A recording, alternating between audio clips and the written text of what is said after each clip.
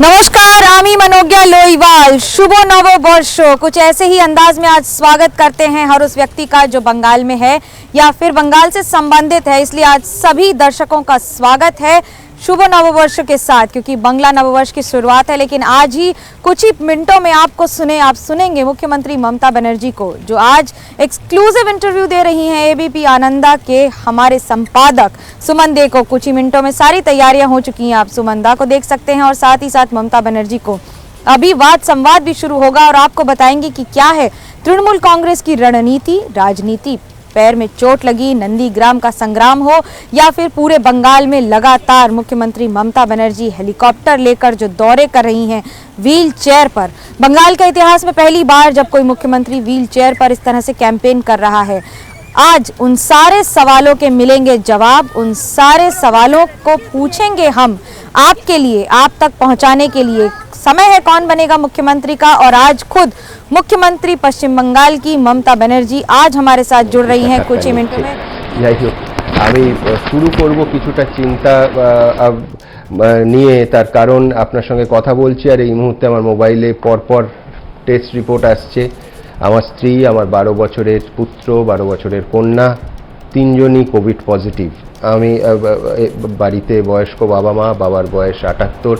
আমি ব্যক্তিগত কাঁদুনির জন্য এই কথা বলছি না। আমি আর আপনি যখন কথা বলছি দিদি, তখন গোটা দেশে 2 লক্ষ মানুষ গত 24 ঘন্টায় 2 লক্ষেরও বেশি মানুষ কোভিড আক্রান্ত হয়েছেন। আমাদের রাজ্যের 6 জন প্রার্থী কোভিড আক্রান্ত এবং তার ভেতরে একজন প্রার্থী, কংগ্রেসের প্রার্থী মুর্শিদাবাদের, তাকে আজ ভোরে আমরা হারিয়েছি। এই মুহূর্তে গত 24 ঘন্টায় 5892 জন কোভিড আক্রান্ত পজিটিভ হয়েছেন। 24 জন গত 24 ঘন্টায় মৃত্যু হয়েছে। 10,500 মানুষ আমাদের এই রাজ্যে মারা গেছেন। আমি খুব স্পষ্ট করে আপনার কাছে জানতে চাইছি যে এই মুহূর্তে রাজ্যের কোভিড পরিস্থিতি এবং এই যে নির্বাচন ঠিক কোথায় দাঁড়িয়ে আছে দিদি? প্রথমে আমিও আপনাকে শুভ নববর্ষ এবং আপনাদের সকল দর্শকদের এবং সাধারণ মানুষ, বিশেষ করে বাংলার আজকে নববর্ষ, শুভ নববর্ষ, শুভ জন্মদিন। সকলকেই শুভ নববর্ষ জানাচ্ছি। সকলে ভালো থাকুন, সকলের কল্যাণ হোক। ভালোটা দিয়েই চিন্তা করি আমরা ফার্স্ট। প্রথম হচ্ছে আপনার যে সংখ্যাটা আপনি লাস্ট বললেন যে 10,000 লোকের রাজ্যে মারা গেছে, এটা আমার মনে হচ্ছে এটা কোনোটা গুলিয়ে গেছে সংখ্যাটা। এটা অল ইন্ডিয়া লেভেলে হতে পারে, বাট এটা ফ্যাক্ট যে সারা দেশে আজকে বাড়ছে। लेकिन एवं आज एक चिंता का दिन भी है, क्योंकि जिस तरह से कोविड के मरीजों की संख्या बढ़ रही है पूरे देश में, 2 लाख से ज्यादा इस समय देश में है और खुद बंगाल में 6 उम्मीदवारों को इस समय कोविड है, 1 की जान जा चुकी है। चिंताजनक विषय है, लेकिन कोविड एक ऐसा सब्जेक्ट है जिसके बारे में मुख्यमंत्री कह रही है कि उनके पास अभी पूरी जानकारी नहीं है। जैसे ही मिलती है पूरी जानकारी तो बताएंगी कि आखिरकार क्या क्या हुआ है किस किस के साथ। लेकिन नवंबर, दिसंबर, दिल्ली और उस समय से लेकर अभी तक जिस तरह से गुजरात, मुंबई, दिल्ली, महाराष्ट्र, राजस्थान, इन सब इलाकों में जैसे ही कोविड बढ़ा है, बाहर से जो लोग आ रहे हैं बंगाल में, यानी कि इन राज्यों से, वो दिल्ली हो, महाराष्ट्र हो, गुजरात हो या बाकी सारे राज्य हो, और ये लोग जो बंगाल आ रहे हैं, इसकी वजह से हो सकता है कि बंगाल में कोविड के मरीजों की संख्या बढ़ रही है। और ये मैंने पहले भी कहा है कि ये ऐसा पहली बार नहीं हुआ है जब बाहर से लोगों की वजह से बंगाल में कोविड हुआ है। ये एक बड़ी बात है कि जिस समय बंगाल में चुनाव हो रहे हैं उस समय बाहर से लोग आ रहे हैं। चिंताजनक विषय है ये सभी के लिए और हमारे लिए भी। बाजी रेखे আপনি আমার সাথে কথা বলছেন এবং পাবলিকলি এসেছেন, बाड़ी সকলের ये बड़ी बात है। ममता बनर्जी अभिनंदन करते हुए सुमन दे का और कह रही हैं कि देखिए ये बड़ी बात है कि इस समय इतनी तबीयत खराब होने के बावजूद आप काम कर रहे हैं, संवाद माध्यम की ओर से सबको बात पहुंचाने की कोशिश कर रहे हैं और ये इंटरव्यू भी कर रहे हैं। चिंता करने की बात नहीं है, प्रिकॉशन लीजिए, मास्क पहनिए, जितना हो सके सोशल डिस्टेंसिंग रखिए, बाजार में अगर जाएं तो मास्क पहने, बार बार सैनिटाइजर का इस्तेमाल करें, अगर आप कुछ खरीद कर लाएं तो उसे भी सैनिटाइज करें, उसको साफ करें। हो सकता है कि बंगाल में अभी कोविड मरीजों की संख्या कम है, মেনে চলেছি, কিন্তু আমি বলছি এখন পলিটিক্যাল র্যালি, বড় বড় জনসভা, সেটা কখনো लेकिन ये भी चिंता का विषय है। जिस सवाल कर रहे हैं संबंधी, पूछ रहे हैं कि जिस तरह से आप बाजारों की बात कर रहे हैं, लेकिन राजनीतिक दलों की जब बात कर रहे हैं तो क्या राजनीतिक दल ये भूल गए हैं कि कोविड के समय सोशल डिस्टेंसिंग इन राजनीतिक रैलियों में कैसे संभव हो सकता है? এখনো 4 দফার ভোট এই রাজ্যে বাকি আছে। किसी भी दल की ओर से कोई भी बात इस तरह की नहीं आई है। अब 4 चरणों का चुनाव मतदान अभी भी बाकी है, तो ऐसे में बड़ा सवाल उठेगा कि क्या उसमें कम कर दिया जाएगा चरणों की संख्या को, या फिर बाकी सारी बातों को भी रखा जाएगा कि चुनाव आयोग इस पर भी विचार विमर्श करने के लिए अब शुक्रवार को दोपहर को मीटिंग बुलाई है। तृणमूल कांग्रेस भी रहेगी, तो आखिरकार तृणमूल की तरफ से क्या पक्ष रखा जाएगा? প্রথমে ডে 1 বলি, আমরা ডে এন্ডেও সেটাই বলি।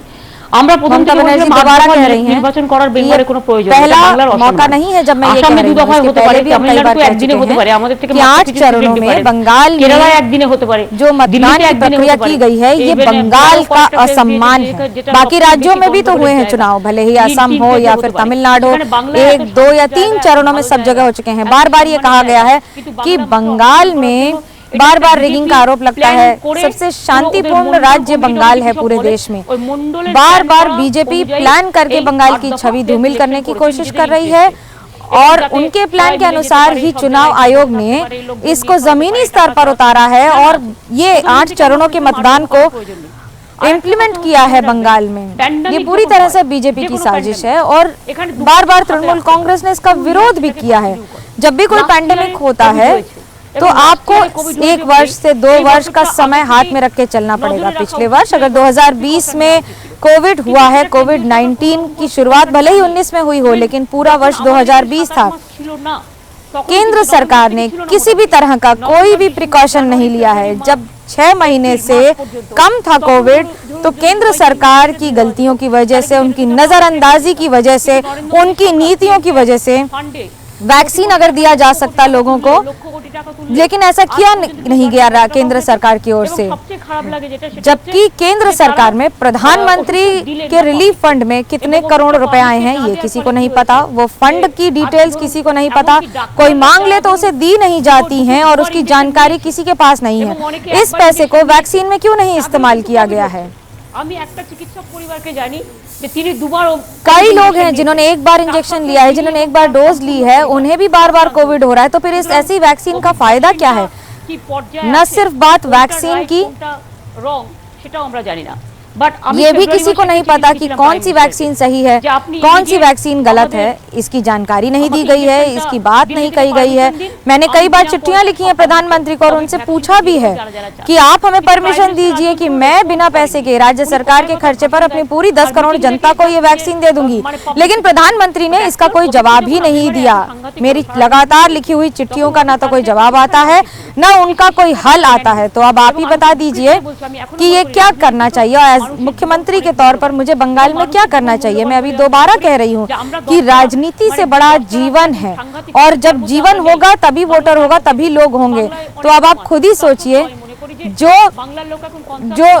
बंगाल के लिए जो या बंगाल के लिए जो बातें रखी गई हैं, बंगाल के लोगों को वंचित रखा गया है, और एक बार नहीं कई बार रखा गया है।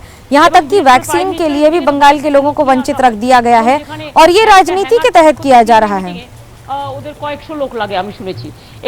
प्रधानमंत्री के लिए अगर हैंगर लगाया जाता है या फिर बाकी सारी चीजें, यानी कि एक हेलीकॉप्टर के लैंड करने के लिए या उनके एयरक्राफ्ट के लिए सारी सुविधाएं बनाई जाती हैं, बाहर से लोग आते हैं, यहाँ से भी लोग बुलाए जाते हैं, तो बाहर से जो लोग आ रहे हैं उनकी वजह से बंगाल में कोविड बढ़ रहा है। ये बड़ी बात है। आरोप लगा रही है मुख्यमंत्री ममता बनर्जी सीधे प्रधानमंत्री पर, बीजेपी पर, ये सवाल उठाते हुए कि बार बार कहने के बावजूद बाहर से लोग आ रहे हैं। ये बड़ी प्रॉब्लम है और ये बड़ी समस्या है बंगाल के लिए। हमारा एक बार नहीं कई बार हमने इसकी रिक्वेस्ट की है कि इसके पहले भी कि चुनाव आयोग के नियमानुसार चुनाव की प्रक्रिया रखी जाए, लेकिन जब महामारी की स्थिति है तो बाहर से जो लोग आ रहे हैं उन पर किसी तरह की पाबंदी हो बंगाल के लिए, कम से कम बंगाल के लोगों के लिए, या तो कोई ऐसी जगह या फिर कोई ऐसी बात और कोई एक हल निकाला जाए कि कम से कम 3 चरणों या के चुनाव जो बाकी हैं 17 तारीख के बाद उन्हें एक साथ एक दिन करा दिया जाए। हम क्या कर सकते हैं इसमें? राजनीतिक दल वही करेगा जो चुनाव आयोग कहेगा। हमारे हाथ बंधे हुए हैं, हम मास्क पहन के जाते हैं लेकिन सब मास्क नहीं पहनते हैं। खासतौर से भीड़ के इलाके में जो लोग रहते हैं वो कई बार कहने के बावजूद, टेस्ट कराने के बावजूद जो हमारे आसपास आते हैं बैठते हैं उनका टेस्ट करवाते हैं हम। কালকের নির্বাচন কমিশনের যে বৈঠক সেখানে তৃণমূল কি কোনো সুনির্দিষ্ট প্রস্তাব দেবে? सवाल कर रहे हैं सुमन कि चुनाव आयोग की बैठक में सबसे बड़ी बात क्या रखी जाएगी? 17 तारीख का जो चुनाव है उसके लिए और उसके बाद के लिए क्या तृणमूल कांग्रेस की तरफ से बातें रखी जाएंगी या ध्यान में रखा जाएगा? ममता बनर्जी साफ कहते हुए कि ये पूरी तरह से चुनाव आयोग पर निर्भर करता है कि वो क्या करना चाहते हैं, उनकी क्या मंशा है, वो क्या करेंगे। लेकिन राज्य सरकार की ओर से जो भी ओपिनियन लिया जाएगा उसमें हम जरूर ये बात कहेंगे कि हमारी सरकार इस बात को पूरी तरह से रखना चाहती है और साफ कहना चाहती है कि हम ये इल्तिजा करेंगे, हम ये रिक्वेस्ट करेंगे कि 17 तारीख के चुनाव के बाद जो बाकी 3 चरणों के चुनाव बचे रहेंगे उन्हें एक दिन में कर लें। हमें कोई आपत्ति नहीं है, हम चाहते हैं कि लोगों की जान बची रहे, लोग जिंदा रहें, वो सबसे ज्यादा महत्वपूर्ण है हमारे लिए। हमारे वोटर नहीं, हमारी जनता है, हमारे लोग हैं। लेकिन अगर बीजेपी ये सोचती है कि उनके हिसाब से चुनाव आयोग चलेगा, उनके हिसाब से ही सारे काम होंगे, तो हाई टाइम है। जिस तरह से मामले बढ़ रहे हैं इस पर ध्यान आकर्षित करना जरूरी है।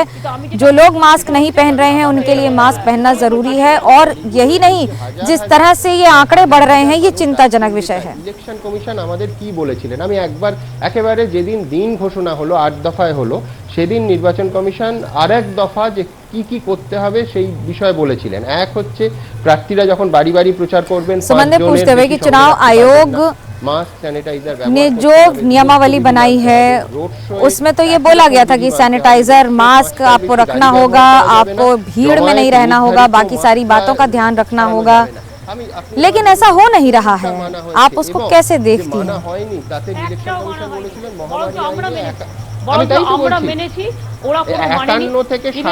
ममता बनर्जी कहते हुए कि चुनाव आयोग की कोई भी प्रोटोकॉल और गाइडलाइन को माना नहीं गया है। यहाँ तक कि हमने अपनी पार्टी में, अपने दल की रैलियों में उन सारी बातों को माना है, उन सबको स्वीकृति देते हुए उन सबको फॉलो भी किया है।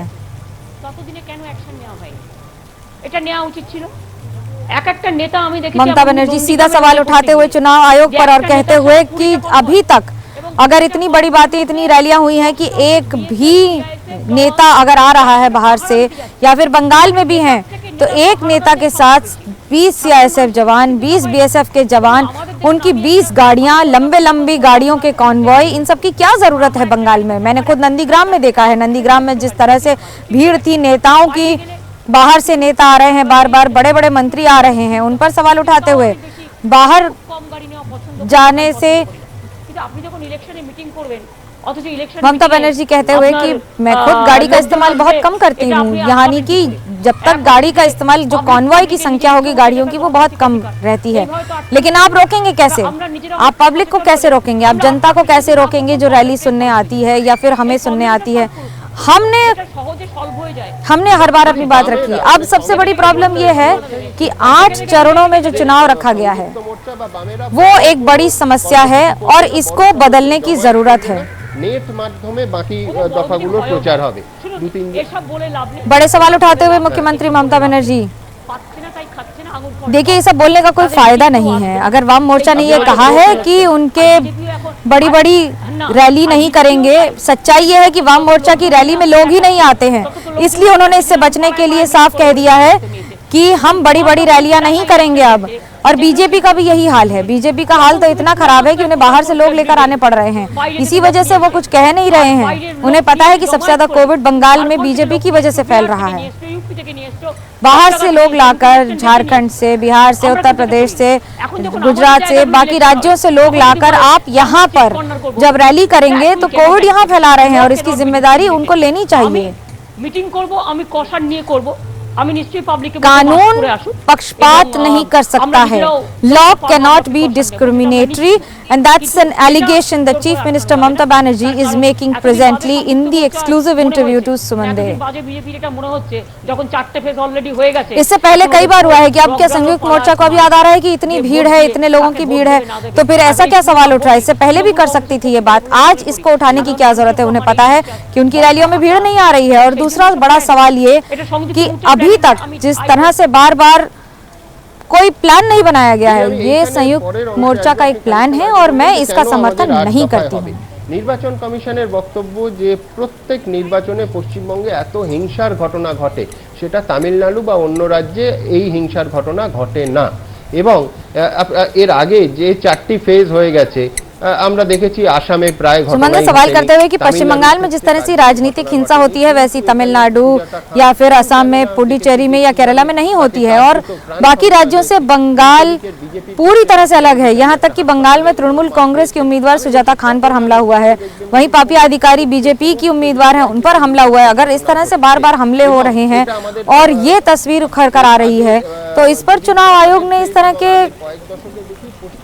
कदम उठाए हैं जिसकी वजह से 8 चरणों में मतदान करवाया गया है बंगाल में. ভোট মানে দেখুন আপনার সাথে আমি একমত নই, আপনার সাথে আমি এটা একমত নই. নো আমি টোটালি আপনার সাথে একমত নই. আপনারা এটা ব্যালেন্স করেছেন কেন বলছেন? তৃণমূল কংগ্রেসের 3 জন প্রার্থী ममता बनर्जी पूरी तरह से डिनाई करते हुए और ये कहते हुए कि बंगाल में राजनीतिक हिंसा नहीं हो रही है, ये सिर्फ पक्षपात का आरोप है, जिसका खंडन कर रही हैं और कह रही हैं कि अभी तक जितनी भी हिंसा की घटनाएं हुई हैं वो एक पक्षी हैं, एक तरफा हैं. और हम इस बात से सहमत नहीं है कि राजनीतिक हिंसा का आरोप जो तृणमूल कांग्रेस पर बार बार लगता रहा है वो बिल्कुल गलत है. আমাদের 13 জন 15 জন কর্মী অলরেডি মারা গেছে. প্লিজ রিমেম্বার हमारे प्रार्थी, हमारे उम्मीदवार बार बार मार खा रहे हैं और यहाँ तक कि सीआरपीएफ गोलियां चला रही है हमारे समर्थकों पर. गुंडागर्दी कर रहे हैं बाहर से आए हुए ये सारे नेता, ये सारे लोग जो बंगाल से बाहर से आ रहे हैं और हमारे ऊपर पक्षपात का आरोप लगा रहे हैं. मारपीट में हमारे नेता, हमारे समर्थक मार खा रहे हैं. ये लॉ एंड ऑर्डर चुनाव आयोग के हाथ में है, सेंट्रल गवर्नमेंट के हाथ में है, केंद्र सरकार के हाथ में. जब कानून और व्यवस्था है तो फिर राज्य सरकार की जिम्मेदारी कैसी? बार बार हमारे ऊपर पक्षपात का आरोप कौन लगा देता है? क्यों लगाया जाता है? पक्षपात का ये आरोप है. पंचायत के चुनाव में लोग नहीं मरे थे, वो हमारा चुनाव था, वो राज्य सरकार की ओर से मतदान की पूरी प्रक्रिया करवाई गई थी. लोकसभा में लोगों की जो प्रॉब्लम हुई थी आपने खुद ही देखा था, उत्तर 24 परगना में, वहां पर भी बीजेपी ने समस्या की थी जिसका समाधान आसानी से निकाला जा सकता था. लेकिन इस समय जो विधानसभा चुनाव में ऐसा नहीं होता है कि इस तरह से मारपीट हो या फिर हिंसा की घटनाएं हो. लेकिन अब जिस तरह से हो रहा है, नरकंकाल को रख दिया जाता था, लोगों को मार दिया जाता था, उनके शव लापता कर दिए जाते थे, घर वालों को पुलिस कंप्लेन लिखने नहीं दिया जाता था. हमने उस बंगाल को भी देखा है. लेकिन आज ভোটের জন্য কেন্দ্রীয় বাহিনী মোতায়েন और করা খুব ये প্রয়োজন এবং तस्वीर बिल्कुल अलग है. যদি লালগড়ে বিএসএফ সিআরপিএফ মোতায়েন করা যায় তাহলে কেশপুর গড়বে তা কেন হবে না? অর্থাৎ কেন্দ্রীয় বাহিনীর একটা ইতিবাচক দিক দিদি তখন কিন্তু আপনি বারবার আপনার সমস্ত বক্তৃতা ইন্টারভিউতে বলতেন. सेंट्रल फोर्सेस की मांग सुमन दे सवाल कर रहे हैं पूछते हुए कि इसके पहले भी की गई है और खुद मुख्यमंत्री ममता बनर्जी ने 2009 में हो, 11 में हो, 16 में हो, केंद्रीय बलों को मांगा था कि बंगाल में बार बार केंद्रीय दलों को तैनात किया जाए जिससे हिंसा कम से कम हो. मैं आज भी इस बात पर टिकी हूँ. मुख्यमंत्री ममता बनर्जी जवाब देते हुए और कहते हुए कि मैं आज भी सुरक्षा बलों को सल्यूट करती हूँ, उनको मेरा सलाम है, उनके डेडिकेशन को, उनकी पूरी तरह से जो उन्होंने देश के लिए किया है उसे मैं समर्पित, उनके समर्पित भाव को मैं प्रणाम करती हूँ.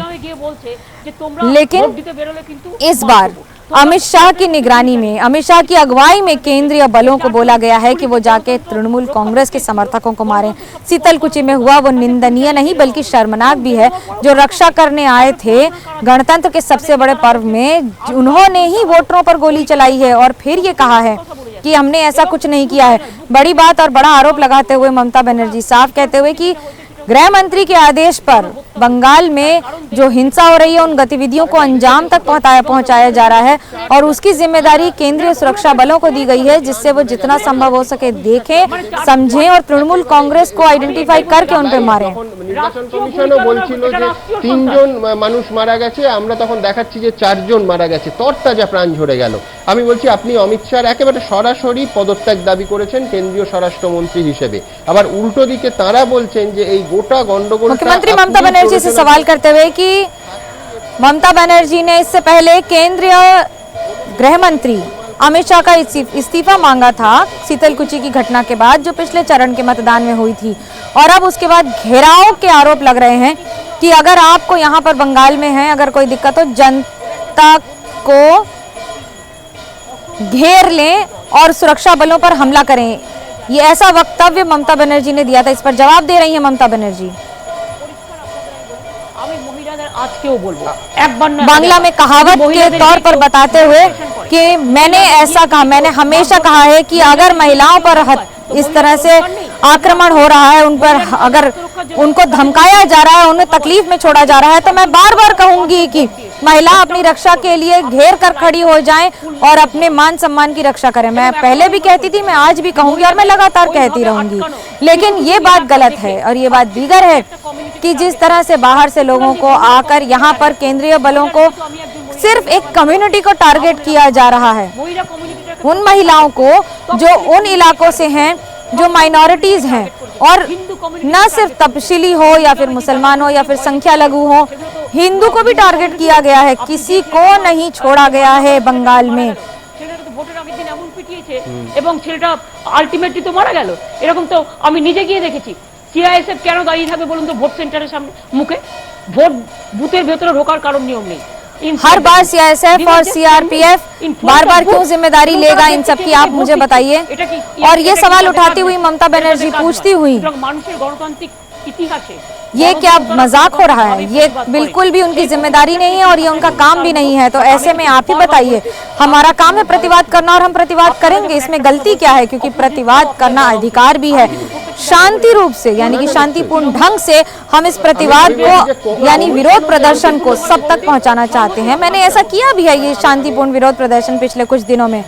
हम चाहते हैं कि शांति बंगाल में रहे और उसके साथ साथ पूरी वोट की प्रक्रिया भी हो। 37 বছর হয়ে গেল, আমরা তখন স্কুলে পড়ি। আমি বলছি যে সেই 37 বছর আর 2021-এ দাঁড়িয়ে যে নির্বাচন, সেই নির্বাচনের মধ্যে কতটা তফাৎ। আপনি জানো, খানিকক্ষণ আগে বললেন যে কেন্দ্রীয় বাহিনী নিয়ে আপনার ভূমিকা, মানে আপনার যা মূল্যায়ন তা একটু এদিক ওদিক হয়নি, কিন্তু কেন্দ্রীয় বাহিনী এই নির্বাচনে একটা অন্য ভূমিকা পালন করছে। তো এই নির্বাচনে এরকম কোন কোন জায়গায় আপনার মনে হচ্ছে যে এই নির্বাচন এর আগে কখনো এরকম হয়নি, একেবারে আলাদা? দেখুন লোকসভা ইলেকশনেও কেন্দ্রীয় বাহিনী এই জিনিসই করেছিলেন। এমনকি গঙ্গারামপুরে বালুরঘাটে হিলিতে ভোটের লাইনে গিয়ে বলছে বিজেপিকে ভোট দো, এগুলো আমরা সমস্ত শুনেছি। এবং বাংলাদেশ থেকে শুরু করে যত বর্ডার আছে আমাদের ইন্ডিয়াতে, সেই বর্ডারগুলোতে গিয়ে গিয়ে সমস্ত বর্ডারের গ্রামে গ্রামে গিয়ে গিয়ে আপনারা নিজেরা খোঁজ নিন, এটা তো আপনাদের কাজ। তাদের গিয়ে গিয়ে সমানে ভয় দেখাচ্ছে, তাদের থ্রেট করা হচ্ছে। এবং নন্দীগ্রামেও প্রত্যেকটা গ্রামে গ্রামে ঢুকে বলেছে ভোট দিতে বেরোবে না। আমি নন্দীগ্রামকে আপনাকে আমি কোট করছি, আমার চোখ খুলে গেল। আমরা আগেরবার লোকসভা ইলেকশনে এতটা ধরতে পারিনি, কিন্তু এবার আমার চোখ খুলে গেল। নন্দীগ্রামে গিয়ে গিয়ে বলেছে যে তোমরা ভোট দিতে বেরোবে না, ভোট দিতে যাবে না। এমনকি আমাদের একজন নেতা তাকে বলেছে তোমার ড্রাইভারকে পুলিশ স্টেশনে বসিয়ে রাখবে কাল সকাল থেকে, যাতে সে গাড়িতে না বেরোতে পারে এবং সে যাতে ভোটের দিনে কাজ করতে না পারে। This is the attitude of the কেন্দ্রীয় বাহিনী। কেন হবে? আমি চাই কেন্দ্রীয় বাহিনী with impartiality, they should work impartially. We salute to them. আমি তাদের স্যাক্রিফাইসের কথা কখনো ভুলবো না, কিন্তু স্যাক্রিফাইস মানে এটা নয়। স্যাক্রিফাইস আর সেলফিশনেসের মধ্যে তফাৎ আছে। বিজেপি এদের সেলফিশ করে দিচ্ছে, এটা ঠিক নয়। আজকে বলুন তো ভারতবর্ষের কোন এজেন্সিটা ঠিকমতো কাজ করছে? কোন এজেন্সিটা? You just tell me. Even আপনার মিডিয়া করতে পারছে? আপনার মিডিয়ায় আপনি যদি বিজেপির বিরুদ্ধে কিছু বলেন, তাহলে আপনার মিডিয়াটা ঝিরঝিরে করে দেবে, আপনাকে ঝরঝরে করে দেবে, আপনাকে কথা বলতে দেবে না। ইভেন আপনি যখন আমাদের এত ক্যান্ডিডেট মার খেয়েছে, আমার 13 জনের, আমার 15 জনের উপর কর্মী মারা গেল, আপনি এটাকে ব্যালেন্স করলেন, আপনি সুজাতার সাথে আর পাপিয়াকে ব্যালেন্স করছেন। তখনই মনে হলো যে আপনাদের এই ব্যালেন্স করার পলিটিক্সটা কেন? না না দিদি, ব্যালেন্স নয় দিদি, একদম সত্য ঘটনা ঘটনা। 2 ঘন্টার তফাতে সত্য ঘটনা ঘটনা ঘটেছে, ব্যালেন্স নয় দিদি। আমি বলছি যে আপনি তো এটাও, আপনি তো 17 জনের হিসেব দিলেন, তার মধ্যে নিজের গাড়ির ভেতর থেকে, নিজের গাড়ির ভেতর থেকে, না না তৃণমূল তো বেশি মার খেয়েছে। এবার আপনি আমাকে বলুন, তৃণমূলকে মেরেছে এটাকে বিজেপি মেরেছে, সেন্ট্রাল বাহিনী মেরেছে। এবার আপনি আমাকে বলুন, লকেট চক্রবর্তীর গাড়ির থেকে আপনারা সবাই দেখিয়েছেন, আমি সংবাদ মাধ্যমে দেখেছি যে গাড়ির থেকেই গাড়ি কাজ ভাঙছে, গাড়ির ভেতরে বসে। তো এটা তো বিজেপি যেটা করছে, বিজেপি তো রটনা করছে, কেস সাজাচ্ছে, ফেস সাজাচ্ছে, ফটো শপিং করছে। আমরা কিন্তু ফটো শপিং করছি না, আমরা ফটো মার্কেটিং করছি না। ফটো মার্কেটিং করার লোক অমিত শাহ, নরেंद्र मोदी, আমরা নয়। आरोप लगाते हुए कि फोटोशॉप की जा रही है वो सारी तस्वीरें समर्थकों की, नरेंद्र मोदी हो या अमित शाह या फिर बीजेपी, हर एक कार्यकर्ता लगा हुआ है सिर्फ हमारी छवि खराब करने में। यहाँ तक कि जिन लोगों की मौत होती है उनके नाम, घटनाएं, उन्हें बीजेपी समर्थक बनाकर चला दिया जाता है। জাস্ট আপনি, আমি ভুলে গেলাম কি বলতে যাচ্ছিলাম, কারণ এইভাবে অর্ধেকটা বলে অর্ধেকটা বলাটা ঠিক না। না। আপনি ইভেন যখন একটা গন্ডগোল ঘটে,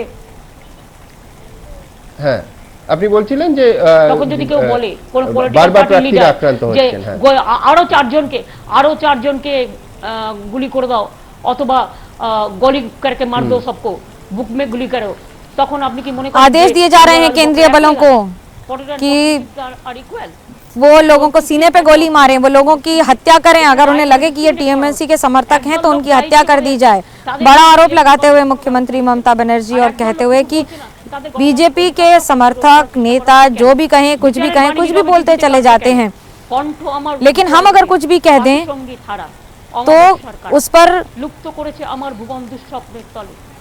कंठ अमर रुद्ध को आज की যাহারা তোমার বিষয় ছে বায়ু নিভাই। कविता बोलते हुए मुख्यमंत्री ममता बनर्जी और अपनी बात कहते हुए कि जिस तरह से बंगाल में हिंसा हो रही है और पक्षपात हो रहा है, ये सिर्फ और सिर्फ तृणमूल कांग्रेस को टारगेट करके किया जा रहा है। बीजेपी में जो भी रणनीति बना रही है तृणमूल कांग्रेस के खिलाफ, जनता उन्हें माफ नहीं करेगी। আপনাদের আমি বলতে পারি যে नरेंद्र मोदी, भारत आज भारत की जगह नहीं है, इंडिया आज इंडिया की जगह नहीं है।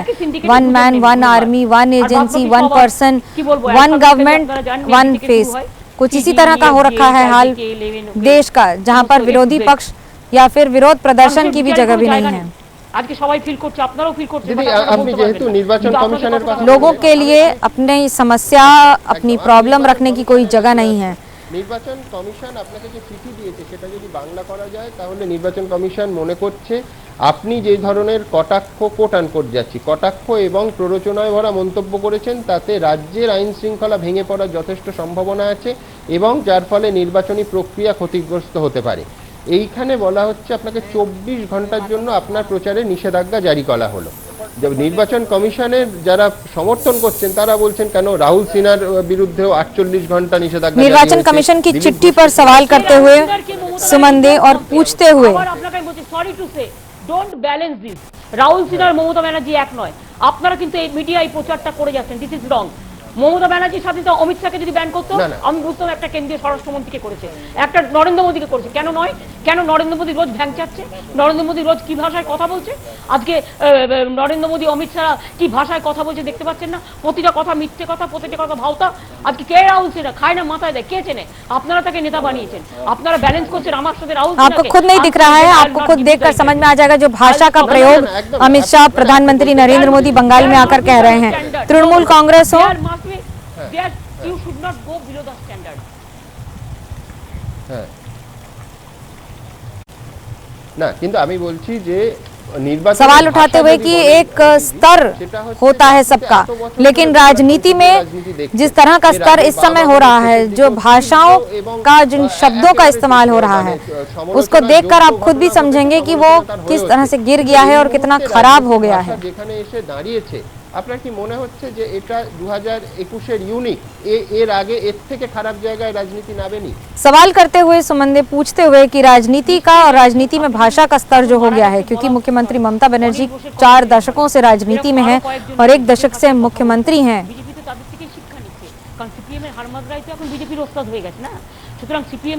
ममता बनर्जी आरोप लगाते हुए कि बीजेपी वाम मोर्चा से सीख रही है किस तरह की भाषा का इस्तेमाल किया जाता है। अनिल बासु ने जिस तरह से इस्तेमाल किया था, कुछ अपशब्द कहे थे उस जमाने में ममता बनर्जी के खिलाफ, और अब मुख्यमंत्री के खिलाफ प्रधानमंत्री हो या गृह मंत्री हो या बाकी सारे लोग बार बार आरोप प्रत्यारोप के दौर में जिन शब्दों का, जिस शब्दावली का इस्तेमाल करते हैं वो निंदनीय है। मुझे खराब लगता है कि मैं उन सबका सम्मान तो करती हूँ, लेकिन जिस तरह से পলিটিক্যাল ইডিওলজি দিক থেকে আমাকে এটা ফলো করতে হবে। आइडियोलॉजी है जिन लोगों की, उनको हम फॉलो करते हैं, उनको हम ध्यान में रखते हैं। लेकिन इस दल की ना तो कोई आइडियोलॉजी है और हम ध्यान में रखेंगे, और हम पूरी तरह से फैसला कर चुके हैं कि जनता के समर्थन के साथ हम इस बार बंगाल में बीजेपी को घुसने तक नहीं देंगे। এবং সারা ভারতবর্ষে আজকে তো প্রত্যেকটা লোক সবাই আজকে একটা মিডিয়া পর্যন্ত কথা বলতে পারে না। আজকে কে কথা বলতে পারে বলুন তো, কে কথা বলতে পারে? আমি ছাড়া।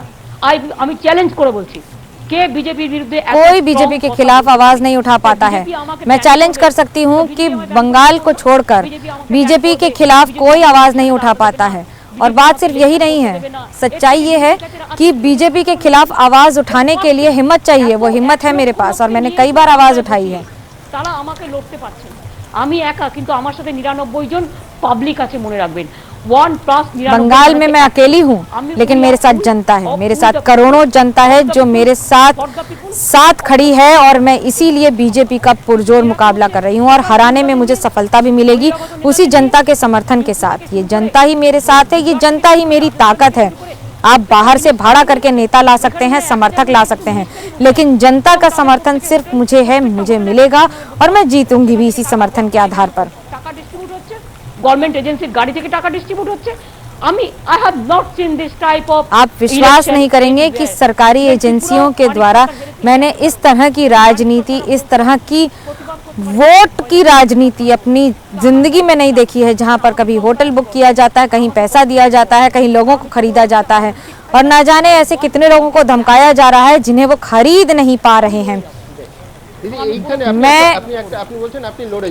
मैं लड़ाई करती रहूंगी, मैं जिस तरह से लड़ाई करती आई हूं, मैं उसी तरह से लड़ाई करती रहूंगी और सफलता भी हासिल करूंगी, मुझे पूरा विश्वास है। গদ্দারগুলোকে বিজেপি কিনে নেবে, এর আগে যেমন একাধিক গদ্দারকে কিনে নিয়েছে। আমি বলছি এই যাদের আপনি প্রার্থী করছেন তাদের মধ্যেও কেউ বিজেপি सवाल कर रहे हैं संबंधी, पूछ रहे हैं कि 200 के टारगेट को क्यों रखा गया है, क्योंकि गद्दारों को उठा लिया जाएगा या बीजेपी उन लोगों को ले लेगी वापस। ममता बनर्जी सफाई करते हुए कि लगता है कोई मिसअंडरस्टैंडिंग है या फिर कोई गलती हुई है समझने में लोगों को। मैंने बोला है मैं अपने पार्टी के लोगों को गद्दार क्यों कहूंगी, मैं उन्हें गद्दार कह रही हूं जो पार्टी का साथ छोड़कर चले गए हैं। इतने वर्षों तक हमारे साथ रहे, हमारे साथ राज्य का भोग किया और राज्य में सारी सुविधाओं को लिया, लेकिन चुनाव के समय साथ छोड़कर चले गए हैं। मैं उन्हें गद्दार समझती हूँ, गद्दार ही कहूंगी, और मैं उनके बारे में इस समय कोई आलोचना नहीं करूंगी, कोई बातचीत उन लोगों के बारे में जो पार्टी छोड़कर चले गए हैं, जिन्होंने हमारे साथ गद्दारी की है, उनके बारे में और उनके साथ हम कोई बातचीत नहीं करेंगे।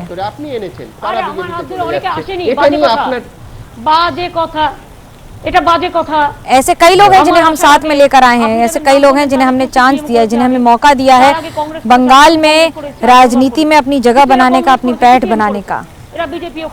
এরা সবটাই করে, তৃণমূলও করেছে, তৃণমূলের থেকেও পুরোটা খেয়েছে। দিদি অন্য পেশা থেকেও তো চিরকাল আপনার ট্র্যাডিশন হচ্ছে যে অন্য নানা পেশা থেকে আপনি রাজনীতিতে নিয়ে আসেন, সেটা তিনি কখনো একেবারে কোনো কৃতি বাবার কন্যা, হ্যাঁ ভালো তো, আমি বলছি যে যিনি হয়তো ডাক্তার বাবু ছিলেন, সাংবাদিককে নিয়ে এসেছেন, কিন্তু এইরকম আমি নামে যাচ্ছি না যেহেতু নামে আপনি আপত্তি করছেন, কিন্তু একাধিক মানুষ যাদের আপনি রাজনীতিতে নিয়ে এসেছিলেন, আবার বলছি হাত ধরে, তারা বিজেপিতে চলে গেলেন। এইটা কয়েকজন আছে তারা বেইমানি করেছে, ওই তো বিজেপির এজেন্সির কাজ এটা না। বিজেপি করলে সাতকুল মাপ, আপনার ওই যে বলে না যে ওটাকে কি মেশিন বলে, ওয়াশিং মেশিন, ওয়াশিং মেশিনে কয়লা কালো ছেড়ে দাও, সাদা হয়ে বেরিয়ে আসবে। কালো লোকগুলো যেগুলোর অনেক টাকা আছে, অনেক পয়সা আছে এবং যারা নানা রকম ভাবে ফেসে আছে, তারা বিজেপির ওয়াশিং মেশিনে ঢুকে গিয়ে তার মানিটাকে হোয়াইট করার জন্য আর নিজেকে ইডি সিবিআই থেকে বাঁচাবার জন্য তারা বিজেপিতে গেছে। তাতে আমার কি যায় আসে, যেতে দিন। আমাদের বিরুদ্ধেও তো অনেক সিবিআই, অনেক ইডি অনেক কিছু করছে, রোজ ভয় দেখাচ্ছে, রোজ চমকাচ্ছে, তাতে কি আমরা চলে গেছি? কারণ আমরা মাথা নত করতে শিখিনি, মাথা নত করি মানুষের কাছে। আমি যদি অন্যায় না করি, কেউ আমাকে চোর বললো, আমি চোর হয়ে গেলাম? এত সস্তা? বিজেপির কাছ থেকে আমার ক্যারেক্টার সার্টিফিকেট নিতে হবে এতদিন বাদে, এত স্ট্রাগল করার পরে? Then I am the last person to take any certificate from BJP.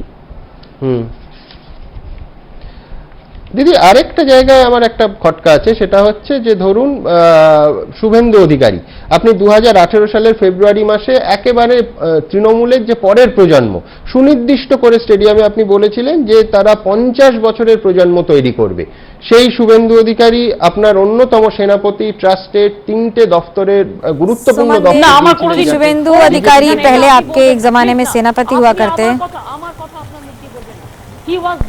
मुख्यमंत्री सीधा डिनाई करते हुए না, হি ওয়াজ নেভার ট্রাস্টেড।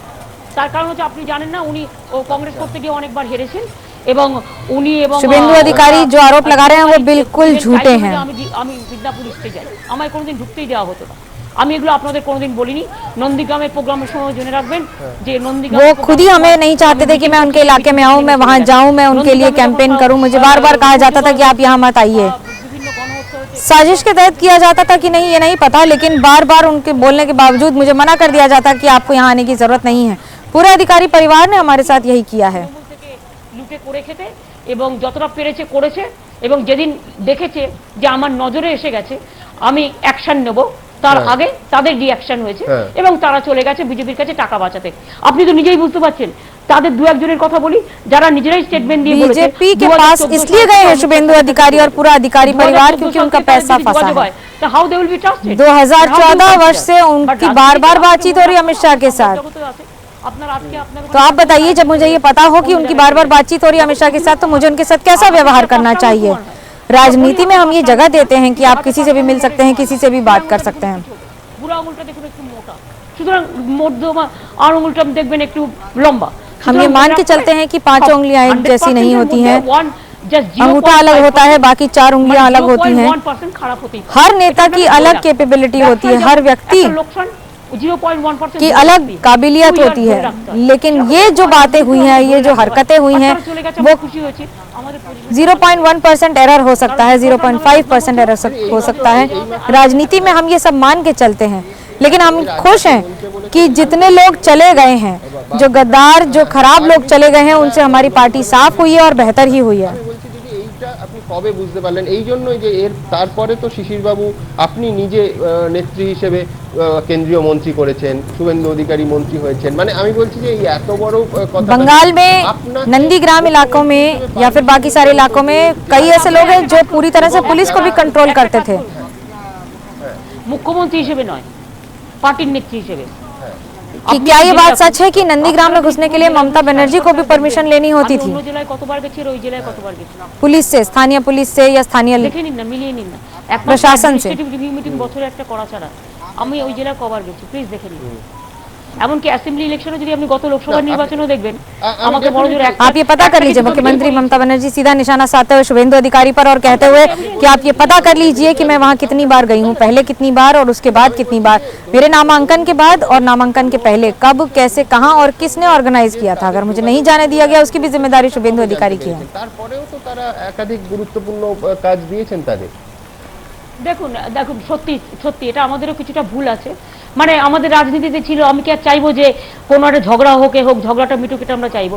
আমি যখন নন্দীগ্রামের ঘটনা ঘটে তখনই আমি অনেকটা জানতে পেরেছিলাম এবং অনেকে আমাকে বলেছিল हम हमेशा यही चाहते थे कि कोई भी झगड़ा हो, कोई भी समस्या हो, उसका जितना जल्दी हो सके समाधान निकाला जा सके, लेकिन ऐसा होता नहीं था, उसे जानबूझकर बढ़ाया भी जाता था। কারণ অ্যাসেম্বলিতেও এই নিয়ে কেউ কেউ বলতো তখন, কারণ তখন তোরা অ্যাসেম্বলিতেও ছিল। সুতরাং আমি এটা নিয়ে বেশি করিনি। পরে আমি অনেকের কাছ থেকেই শুনেছি, কারণ নন্দীগ্রামের মাটির সাথে আমার বাইরের যোগাযোগটাও অনেকটা বেশি ছিল এবং मैंने कई बार सुना है लोगों से और मुझे जानकारी भी मिली है। আমি শুধু কেন, আপনারা অন্যান্য যারা আছে বিভিন্ন রাজনৈতিক দলের नंदीग्राम आंदोलन में जब कोई नहीं जा रहा था, तब मैंने सबसे पहले उस आंदोलन को उस स्तर तक पहुंचाया है कि आज पूरा देश और पूरा विश्व इसे जानता है। लेकिन वो बातें पहले की हैं, उस समय जिन लोगों ने साथ दिया है, हमने उन्हें नहीं बुलाया है, वो हमें भूल रहे हैं। রেস্টুরেন্ট আছে, হোটেল আছে, তাদেরও একটু জিজ্ঞেস করুন না। তারপরে কি করব? আমি মিটিং করতে গেলাম, সেই মিটিংয়ে আমার সাথে কি একটা মতান্তর হলো, সে মিটিংটা পাবলিক মিটিং, কন্ডেম করার মিটিং, সে চলে গেল নিচে গিয়ে একটা স্কুলে গিয়ে বসে থাকলো, মিটিংটাই গেল না। তা আমি কি করতে পারি? আমি কি এটা পাবলিককে বলতে পারতাম তখন? আর বলা কি সম্ভব সব কিছু? আমার ঘরে যদি কোনো ঝগড়া হয়, সেই ঝগড়াটা আমি পাবলিকলি কি করে করি বলুন? যতক্ষণ এটা করবার मैं क्या क्या बताऊं, क्या क्या हुआ है। আমি অনেকটা সহ্য করেছি বলতে পারি, সহ্য করেছি, কি আর করবো। সহ্য করাটাও যদিও मैंने बहुत सहन किया है, और एक बार नहीं, कई लोगों को कई बार सहन किया है। हर बात नहीं बोली जा सकती है, क्योंकि हर स्तर पर मैंने लोगों को जगह दी है, लेकिन मैं झगड़ा नहीं करूंगी और मैं आज भी नहीं बोलूंगी उनके खिलाफ या उनके बारे में। लेकिन जिन लोगों ने किया है, ये एक षड्यंत्र के तहत है और इस षड्यंत्र को अंजाम तक पहुंचने नहीं दिया जाएगा। মানে আমি বলছি এই সহ্য করার খেসারত আপনাকে, হ্যাঁ আপনাকে দিতে হবে না। তো অনেকে বলছেন যে নন্দীগ্রামে আপনি খুব আবেগতাড়িত এবং রাজনীতিবিদ হিসেবেও আপনি আবেগ দ্বারা নিয়ন্ত্রিত হন। আপনি নন্দীগ্রামে দাঁড়াতে চাইলেন, আর প্রথমে শোনা গেছিল যে আপনি দুটো আসনে দাঁড়াবেন, তারপর আপনি শুধু নন্দীগ্রামে দাঁড়ালেন এবং অনেকে বলছেন এটা একটা ফাঁদের মতো, আপনি আবেগতাড়িত বলে ওই नंदीग्राम অংশে से चुनाव लड़ने के सवाल पर, समंदे के सवाल पर ममता बनर्जी से सवाल किया जा रहा है कि क्या ये बात सच है कि वो दो जगह से चुनाव लड़ने की प्रक्रिया पर विचार कर रही थी। ममता बनर्जी जवाब देते हुए,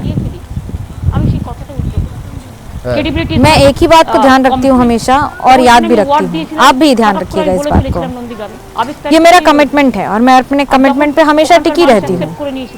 তাদের যে উদ্দীপনা আমি দেখেছিলাম, উল্লাস দেখেছিলাম, সেজন্য আমি মানুষের উদ্দীপনাটাকে মর্যাদা দিয়ে আমি নন্দীগ্রাম থেকে দাঁড়িয়েছি।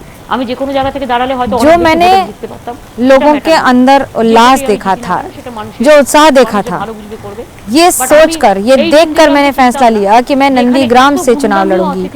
और ये कोई पहले से सोचा नहीं था। उस समय लोगों का उत्साह देखकर, समर्पण देखकर और मेरे प्रति प्यार देखकर मैंने ये फैसला लिया था।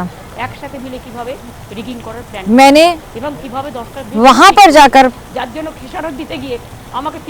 पता लगा मुझे कि वहां पर किस तरह से केंद्रीय बलों के समर्थन से बीजेपी ने प्लान किया था कि वहां पर रिगिंग करें और उन सारे बूथों को कैप्चर कर लिया जाए जहां पर केंद्रीय बल तैनात होगा। ये पुरानी साजिश थी, ये मुझे वहां जाकर पता लगा और जब मैंने उस पर आवाज उठाई तो मुझसे ही सवाल कर दिए गए।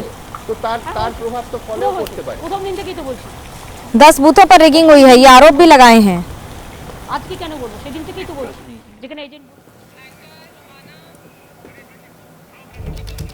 तो पश्चिम बंगाल के मुख्यमंत्री ममता बनर्जी को आप सुन रहे थे। एक्सक्लूसिव बातचीत एबीपी आनंदों के संपादक सुमन दे के साथ। बड़ी बात ममता बनर्जी की तरफ से कही गई है, 5वें चरण के बाद बाकी सभी चरणों के चुनाव एक साथ कराए जाने चाहिए।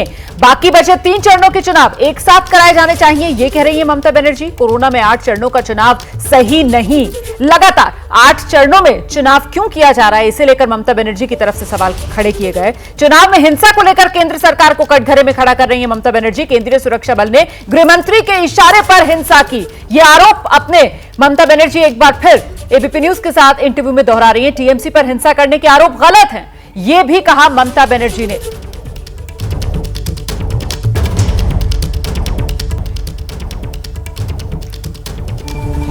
बंगाल चुनाव पर ममता बनर्जी का इंटरव्यू। ममता बनर्जी ने शुभेंदु अधिकारी पर बड़ा बयान दिया है। शुभेंदु अधिकारी कभी भरोसेमंद नहीं रहे, ये कहा ममता बनर्जी ने। शुभेंदु के परिवार पर लोगों का विश्वास नहीं रहा है। नंदीग्राम के साथियों को हमने नहीं भुलाया।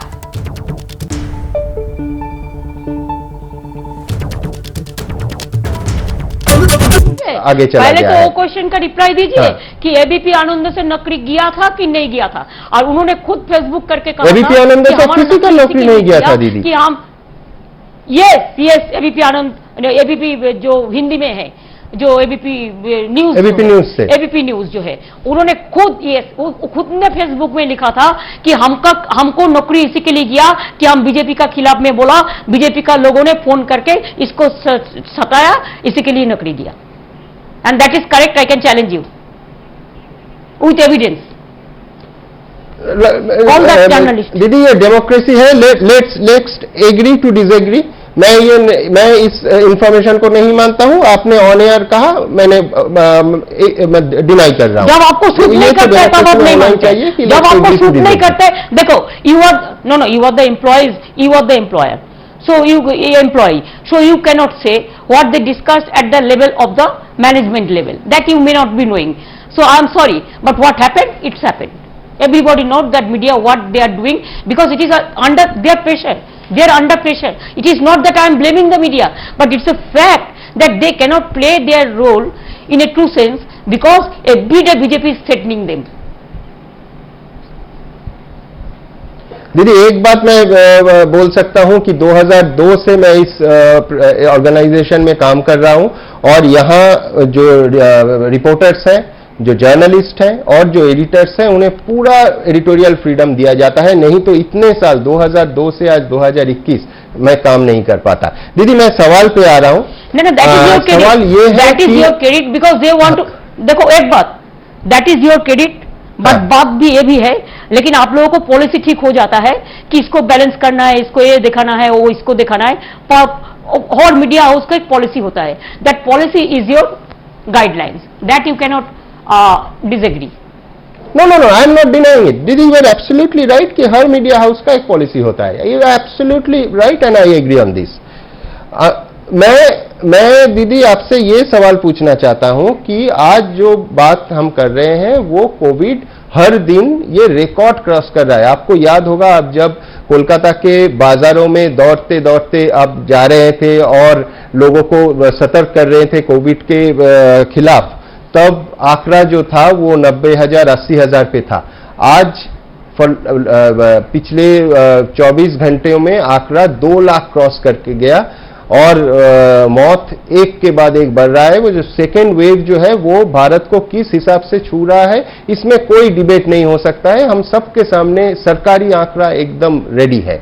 यहां एक सवाल दीदी ये उठता है कि अभी भी 4 फेजेज में चुनाव यहां बाकी है और चुनाव मतलब बड़ा रैलीज, लोग और इतने सारे मतलब जो कोविड विधि है, जो कोविड नियम है, उनका उल्लंघन होता है क्योंकि ये इतने सारे मतलब 130 करोड़ का आबादी है, पश्चिम बंगाल का आबादी है 9 करोड़ से ज्यादा। तो जाहिर सी बात है कि आपको लगता है कि अभी रिस्क फैक्टर बढ़ रहा है। अभी भी 4 फेजेज में इलेक्शन है। कुछ लोगों का कहना है कि इलेक्शन का फेज कम होना चाहिए। देखिए मैं आपका साथ एक मत हूं कि हमारा बिहार में भी जो इलेक्शन हुआ था तो कोविड पीक आवर्स में था, इवन पीक टाइम में कोविड का टाइम में बीजेपी के बिहार में इलेक्शन हुआ, लेकिन 3 फेज में तब इलेक्शन था। बंगाल में 8 फेज करने का जरूरत नहीं था।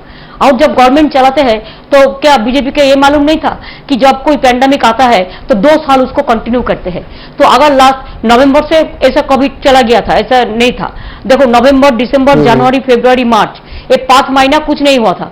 लेकिन ये 5 महीना में क्या गवर्नमेंट ऑफ इंडिया को सब लोगों को वैक्सीन देने का जरूरत नहीं था? क्या पीएम केयर फंड में इतना रुपया उठा? लेकिन हमने एक लेटर लिखा फरवरी महीना में, जो prime minister sir allow me the medicine, the vaccine, so I can purchase from my government money and I can give free to the people, common people। लेकिन उन्होंने आज तक कोई रिप्लाई नहीं दिया। अगर ये 5 महीने में हम थोड़ा प्रिकॉशन लेता तो इतना नहीं होता जरूर, लेकिन इतना नहीं होता। अभी देखिए प्लेन पे इतना लोग आते हैं, ट्रेन पे इतना लोग आता है, और हमारा बंगाल के लिए दिक्कत ये है कि ऑल इंडिया से इतना लोगों को लेके रख दिया इधर में, सब स्टेट से, सब चीफ मिनिस्टर से छोड़ के और लेके, और पूरा और मिनिस्टर इधर में बैठा है, पूरा सब होटल बुक करके इतना पैसा बांट रहा है, इतना लोगों को लेके आया। एक दिन पीएम का मीटिंग होता है, इतना खर्चा होता है, और इतना लोग आके वो मीटिंग का स्टेज बनाते हैं, सब पूरा इंतजाम करते हैं, बाहर का आदमी आके। तो इतना अपना आदमी बाहर के जब आते हैं तो हम क्या उसको आरटीपीसीआर टेस्ट कर लेता है? पुलिस को भी टच नहीं करेगा, पीएम ऑफिस का किसी को, होम मिनिस्ट्री को किसी को टच नहीं करेगा। अभी तो अंडर इलेक्शन कमीशन है, वो लोग भी नहीं करेगा। लेकिन किया तो नहीं ना, इसमें तो दिक्कत तो हुआ, बांग्ला का दिक्कत तो हुआ। इसके लिए मैं चाहती हूं अगर इलेक्शन कमीशन सहमत हो, हम as a political party but as a human being also I have some responsibility. इसी के लिए हम कहने चाहती हूँ जो 4 फेज हो गया, 5th फेज परसों है 17 को, तो और 3 फेज बाकी रह जाएगा, जो 22 को है, 26 को है और 29 को है। 3 फेज एक साथ में कर सकता है, हमारा कोई एतराज नहीं है। अगर वो करेगा कोई एक दिन फिक्स अप करके कि हम लोग 7 दिन को तो टाइम मिलना चाहिए कि इतना सारे कॉन्स्टिट्यूंसी 160 सीट बाकी है, इसमें आने वाला परसों में 40-45 हो जाएगा, उसमें भी 120 सारे बाकी रहेगा, उसमें तो 7 दिन को मिलना चाहिए ना। तो हाँ, क्या कल जो ऑल पार्टी मीटिंग है वहां ये प्रस्ताव आप रखेंगे तृणमूल कांग्रेस की ओर से? देखिए जो जगह में थोड़ा आइसोलेटेड कम सीट था उसमें ज्यादा बग दे दिया, और जो जगह में कंजेस्टेड है जिसमें ज्यादा सीट है वो डिस्ट्रिक्ट में अभी ये लोग क्या करने चाहता है मेरे को पता नहीं है, लेकिन हम चाहेंगे कि हमारा अच्छा होता अगर ये 4 फेज में ही होता, कि हम तो 4 phase already we have sacrificed for BJP, और उसको कैंपेनिंग पीएम रोज आ सके, अमित शाह रोज आ सके, उसको चीफ मिनिस्टर रोज आ सके, इसी के लिए मंडल का रिकमेंडेशन का माफिक एक पूरा चुनाव का लिस्ट तैयार हुआ था। लेकिन हम भी अभी भी कहेगा कि 25 होने के बाद अगर इलेक्शन कमीशन 7-8 दिन हाथ में टाइम देके और 3 फेज एक साथ में कर दे तो ठीक है, कोई बात नहीं है। 22-17 होता है 5th फेज, तो अगर 26 को कोई डेट देके करे तो हमारा कोई एतराज नहीं है, कि because I want that public should be safe. हम पब्लिक को कोई ये बहुत बड़ी खबर है। इसके बाद कम होता है, इसके साथ और एक बिल्कुल और एक अहम बात कह है कि ये जो पश्चिम बंगाल में जो आंकड़ा बढ़ रहा है इसका कारण बीजेपी है, क्योंकि बीजेपी बाहर से लोग ला रहे हैं, मतलब बाहरी थ्योरी को आप और एक बार बोल रहे हैं। उल्टा बीजेपी ये बोल रहे हैं कि आप पीएम जब मीटिंग बुलाते हैं कोविड को लेकर तो ममता बनर्जी कभी नहीं आते। ममता बनर्जी हर मीटिंग में रहा, खाली इलेक्शन का टाइम में अगर कोई ममता बनर्जी कैंपेनिंग में रहेगा तो पीएम ममता बनर्जी को कैंपेन, कभी इलेक्शन कमीशन बैन करेगा, कभी पीएम बैन करेगा, ममता बनर्जी क्यों इलेक्शन कैंपेन छोड़ देगा? क्यों? जब उसको पता है कि our election is going on, then why he will call the meeting? He can call my health secretary, he can call my chief secretary, no problem. He can call my home secretary, but he cannot call me when the campaign is going on, and it is their baby, it is not my baby. They have decided the date, so they should know this. एक चालाकी के काम नहीं होता। हम every meeting, I am the only one, I attended all the chief ministers meeting, except only this campaigning time one meeting. No, this time I cannot go because election commission अभी 72 hours पहले, देखो एक बात है कि आप campaign ना कर पाए। ये तो आपको पता है 72 आवर्स इलेक्शन कमीशन बोल दिया ए 5th फेज में, you can not campaign for 72 hours for 5th phase. अगर 72 आवर्स चला गया, 24 घंटा बैन कर दिया, 96 आवर्स आई हैव लॉस्ट। अब देखो जब कोई इलेक्शन होता है कैंपेनिंग के टाइम में, because I am the only main speaker of my party and they have so many, they are coming so many, prime minister is coming every day, home minister is coming every day, so many chief minister is coming every day, finance minister without finance coming every day, so they are doing it every day. And only for me, why they will ban? Because they are afraid of me, they are scared of me. They should not do like this. It is a discrimination and it is an injustice. दीदी last phase में शीतलकुची में जो हुआ है 4 ताजा जान चले गए हैं, तो उसके बारे में आपका एकदम तीखा आरोप है कि सेंट्रल फोर्स के ऊपर, और सेंट्रल फोर्स आप कई दिनों से इसके पहले भी कई फेजेस में बोले हैं आप कि सेंट्रल फोर्स लोगों को प्रभावित कर रहे हैं ताकि लोग बीजेपी को वोट दें। तो इसके बारे में कोई प्रूफ, कोई फुटेज कुछ आपके हाथ में है? साबित कैसे करेंगे इसको? पूरा है, पूरा है। अब जाइए ना, गांव-गांव में जाके इन्वेस्टिगेशन कर लिए ना, हो जाएगा। Start from Nandigram, Bayal, this Ahmadpur, then there are so many areas, I can give you the name. Every time we have every document, so because we have sent our evidence about 600-700 to the election commission also, we are sending all the details, so all the evidence is with us, video footage to evidence, तो and complain, every day we are complaining, but they are not taking any action. उसी दिन आनंद बर्मन नाम का एक अगर जो पहला बार voter था 18 साल का, उसका भी जान चला गया। उसको भी हम कंडेम किया है बर्मन का, बिकॉज पूरा सब परिवार ही राजवंशी है। उधर राजवंशी का साइड में हिंदू राजवंशी है, मुस्लिम राजवंशी भी है, वो पूरा ही राजवंशी है। वो लड़का को भी डेथ ठीक नहीं था, उसको भी हम कंडेम किया है, उसको परिवार को साथ भी हम मिला, बिकॉज आई डोंट इस हादसे के आरोप का लेकिन एक फर्क है, लेकिन know that is it is BJP ने मर्डर किया, उसको हम सीआईडी इन्वेस्टिगेशन करेगा, हम इंक्वायरी करके देखने चाहता है क्या कौन मर्डर किया। अगर तृणमूल कांग्रेस करेगा तो हम उसको एक्शन लेगा, अगर बीजेपी करेगा तो उसको इसमें भी एक्शन लेगा। लेकिन एक बात है, वो लड़का को जो मारा है ठीक नहीं है, लेकिन साथ साथ में हमारा भी 15 वर्कर्स मर्डर हुआ है ऐसा। और वो जो राष्ट्रीय संतोष जिसको बोलता है, जो जेनोसाइड हमने कहते हैं, जो पुलिस अपन गोली करके मर दिया जिसको मरने का जरूरत नहीं था, whether magistrate gave the power authority to fire for firing, whether they informed the video, whether they inform the presiding officer, whether the presiding officer has given them right to for firing. What happened? Nothing happened. Nobody is injured. Nothing, and you just fired, and you just fired like a genocide, just like a fire spray, the upper side. And all young boys are very unfortunate. It is 22, 25 years old only. I met one lady, Mrs. of the disease, that she is pregnant. Maybe tomorrow, today or tomorrow, she is going to the hospitalized because of institution delivery and all this. And number two, I have seen one baby, 1 month. She was in my हमारा कोल में थे, तो उसको 1 महीना खाली पिताजी चला गया. तो इससे ऐसा वेरी दुख का इंसिडेंट है. तब भी मैं जाके बोला कि आप लोग कूल रहो, शांति में रहो. शांति में हम लोग इसको चाहते हैं कि इंसानियत को इंसाफ मिले.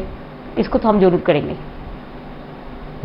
इंसान को इंसाफ दीदी बहुत ही दुखद घटना है. जो भी किया है उसको खिलाफ में एकदम छोटा बच्ची. हाँ, सेंट्रल फोर्स का कहना है कि अपना जान बचाने के लिए उन्होंने ट्रिगर हैप्पी वो लोग नहीं है. जान बचाने के लिए मजबूर. कोई इंसिडेंट ही नहीं हुआ. कोई इंसिडेंट ही नहीं हुआ. 3 आदमी तो बाद में आके गोली चलाया. वो आपने पहले अगर पूछते तो मैं पेपर आके आपको देख देता कौन कौन गोली चलाया और कैसे कैसे चलाया, कौन रिवॉल्वर से चलाया. कोई इंस्ट्रक्शन नहीं था. प्लान करके किया है. That matter the BJP MP and sorry some agency, they planned on that day morning and last day also in the evening. It's a planned case. BJP सब हॉट टाइम में दंगा करता है प्लान करके, लोग मरता है प्लान करके, कोई इंसिडेंट करता है प्लान मार के. आपको सब पता है बीजेपी क्या क्या नहीं कर सकता है, क्या क्या कर सकते हैं. দিদি আমরা আবার বাংলার নির্বাচন এবং তার তাৎপর্যে ফিরব. প্রধানমন্ত্রী, কেন্দ্রীয় স্বরাষ্ট্রমন্ত্রী, বিজেপি দলের সর্বভারতীয় সভাপতি প্রায় প্রত্যেক দিন প্রতি সপ্তাহে নিয়মিত এই ক্যাম্পেইন করছেন এবং প্রত্যেকটা ক্যাম্পেইনে আপনি এবং অভিষেক বন্দ্যোপাধ্যায় একদম সরাসরি. সেদিন তৃণমূলের একজন নেতা আমারই অনুষ্ঠানে বলছিলেন যে দেশের প্রধানমন্ত্রী এতবার বোধহয় অন্য কোনো রাজনৈতিক নেতার নাম করে আক্রমণ করেননি. অভিষেক বন্দ্যোপাধ্যায়কে দেশের প্রধানমন্ত্রী এবং কেন্দ্রীয় স্বরাষ্ট্রমন্ত্রী অনেক বড় নেতা হিসেবে উপস্থাপনা করছেন. আপনি মানবেন? দেখুন, আমার সবচেয়ে বড় কথা হচ্ছে আমরা যে যাই রাজনীতি করি না কেন, চেয়ারের মর্যাদা অনুযায়ী একটা লক্ষ্মণ রেখা থাকা উচিত. কেউ যদি লক্ষ্মণ রেখাটাকে উল্লঙ্ঘন করে তাহলে কিন্তু তাকে তার উপর দায় বর্তায়. পিএম যে ল্যাঙ্গুয়েজে কথা বলছে, এইচএম যে ল্যাঙ্গুয়েজে কথা বলছে, অভিষেক আর no Abhishek is no matter, কিন্তু ওরা যে ল্যাঙ্গুয়েজে কথা বলছে, ধরুন অভিষেককে ছেড়ে দিন না, আমার ব্যাপারেও যে ল্যাঙ্গুয়েজে কথা বলছে এবং যে ভাষায় কথা বলছে, এক একটা জেলায় গিয়ে এক এক রকম কথা বলছে. এনআরসি নিয়ে লেবঙ্গে গিয়ে বলে হাম তো এনআরসি নেই কিয়া অমিত শাহ. আর আপনারা জানেন সেই বিল এখনো পড়ে আছে, এখনো সেটা উইথড্র হয়নি. That bill very much exist. Even NPR already সব জায়গায় হচ্ছে, আমি করিনি, আমি বাংলায় করতে দিইনি, আমি এনআরসি এনপিআর করতে দেবো না. এমনকি আসামে after Assam election they have started D notice, they have started issuing the D notice. কেন হবে এটা বলুন তো, কেন হবে এটা? ডিটেনশন ক্যাম্পে সব পাঠিয়ে দেবে. সুতরাং মনে রাখবেন যে এরা ডেলি আসছে মানে কি, ডেটগুলো লক্ষ্য রাখুন. প্রাইম মিনিস্টার আসছে কবে কবে, যেদিন ইলেকশন চলছে.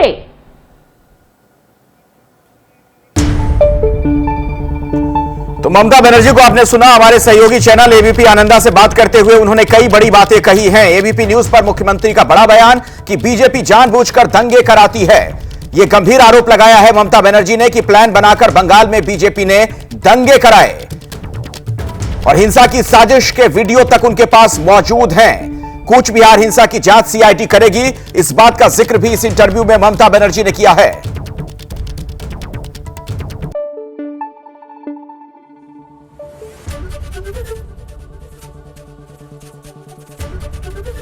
एबीपी न्यूज आपको रखे आगे.